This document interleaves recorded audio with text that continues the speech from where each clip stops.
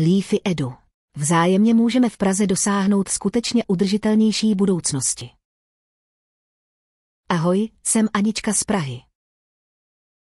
Je mi 10 let a chodím v Praze do základní školy. Ve škole byli z Leafy Edu.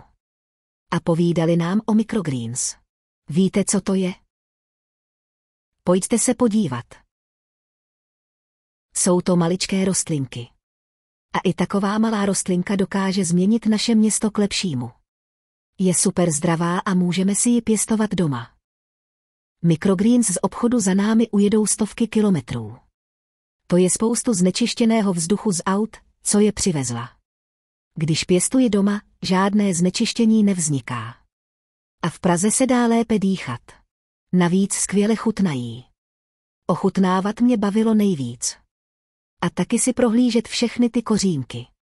To jsem ještě neviděla. Takhle vypadají.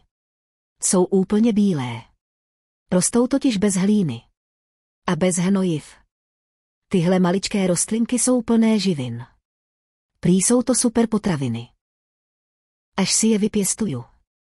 Budu se cítit jako superhrdinka. Je fajn mít vlastní zahrádku.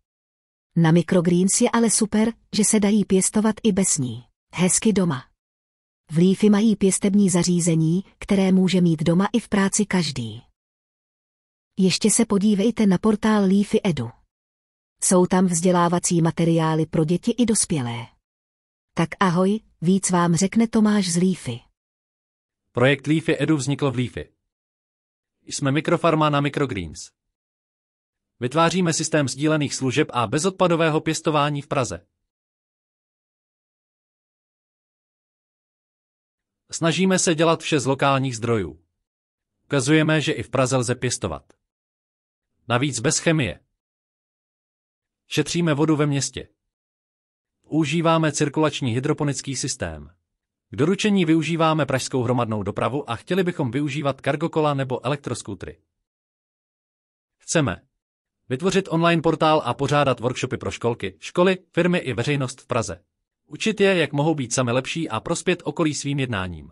Najít vlastní řešení pro IoT pěstební zařízení, teplotu a vlhkost. Finanční prostředky, podporovatele, partnery, sponzory aktivit Leafy Edu.